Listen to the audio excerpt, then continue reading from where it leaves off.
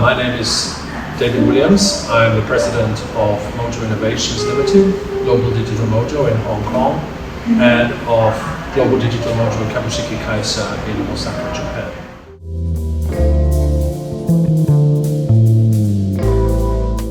As an international company in Japan, with headquarters in Hong Kong, we decided very early on that we were going to have a special position in Japan. We weren't going to try and compete with local domestic companies.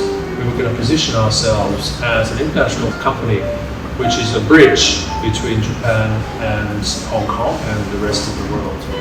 Once we positioned ourselves in that way, we got a lot of interest from our international clients, both existing and new clients, who couldn't find a convenient way to enter the Japanese market. They found it very hard to find partners, particularly in the digital area, who had an international mind, who spoke their language, whether it was English, or Spanish, or French, and who were familiar with international ways of doing business. So we started to get a lot of interest in working with such inbound customers, and it was really that encouraged us to open a branch in Osaka to have a stable base to receive those kinds of customers.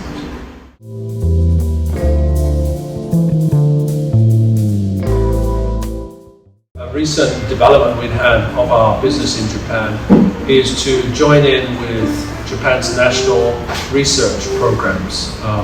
Now these are run by the Japanese Science and Technology Agency, or JST.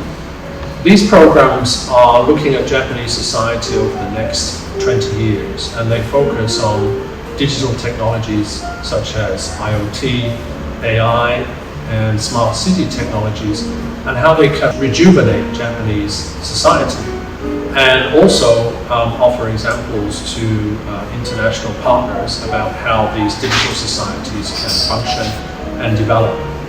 And last year, our company in Japan became a qualified research company, which is now able to participate in these research projects and bring our international experience to bear on the Japanese market. So that's a very exciting news for us.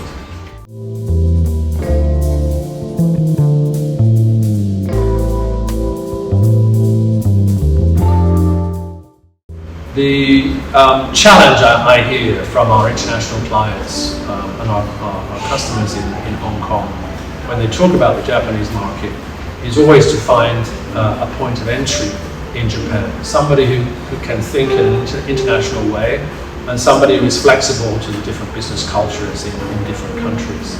For Japanese companies who are going out of Japan, whether they're coming to Hong Kong, to Taiwan, or to Europe or the US, they normally will look for Japanese partners. They will try to fit into a Japanese ecosystem. In our early work with Japanese companies since 2009, we were doing a lot of work in Shanghai, in mainland China.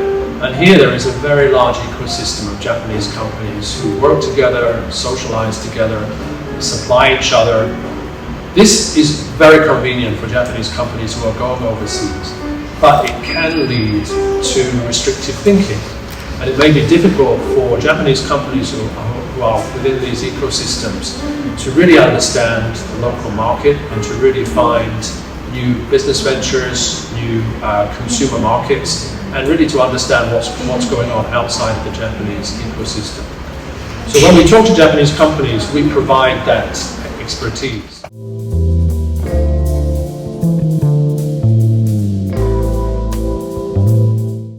When people think of Japan, they imagine industry dominated by very large companies, Mitsubishi, Sony, companies with businesses across many different markets. When we entered Japan from Hong Kong, we were a small company, and so we were very aware of this ecosystem in Japan. However, an interesting thing is happening in the past 3 years. The Japanese economy is changing. A lot of it is being driven by digital technologies, and the barriers to entry, to reach many companies have really lowered. So we're starting to see the growth of startup ecosystems in Japan, particularly focused on the internet services and digital technologies. And now the Japanese government, through organizations like the Japan Science and Technology Agency, are supporting startups, providing incubation platforms and funding, and also encouraging international companies to come into Japan. So this trend has been very good for us. It's allowed us also as a new entry into Japan to develop projects that encourage these kinds of startup incubators. And one of our key partners in Japan is the Keihana Science City in Kyoto Prefecture and the Advanced Telecommunications Research Institute in Keihana. And together we have developed a startup platform called KGAP, which is the Keihana Global Acceleration Program. We began that in 2019. And since then, we've welcomed over 50 companies into the acceleration program from Japan and from overseas, and helped them to develop proof of concept. So this is a really good example of how a new kind of business ecosystem is developing in Japan.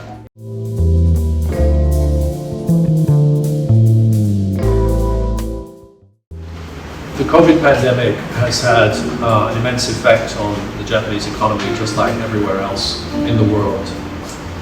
When we talk about economic effect, Japan is an export economy. So as the world's requirements for Japanese products have gone down, so the Japanese economy has gone down.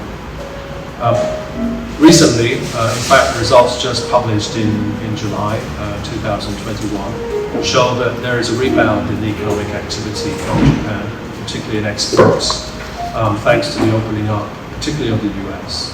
So from an economic point of view, hopefully we're seeing turning the corner now.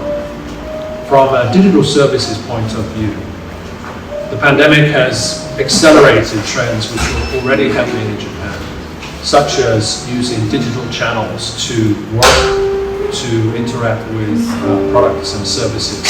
So for Mojo, being specialized in digital transformation, this has been a very interesting time for us.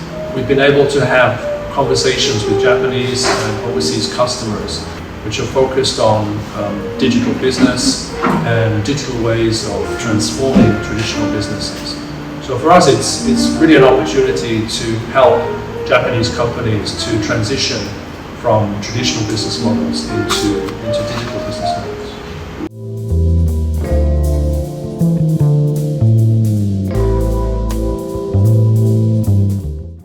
When companies are coming into Japan from Hong Kong, I think the first advice I will give is, in your business area, focus on digital related services, because this is a growing industry in Japan. The secondly is to find very good partners with an international mind who can help you to understand Japanese business culture, but also can understand your business culture. And we'll be very happy to hear from Hong Kong companies who have the goal to enter the Japanese market. They're welcome to contact with us.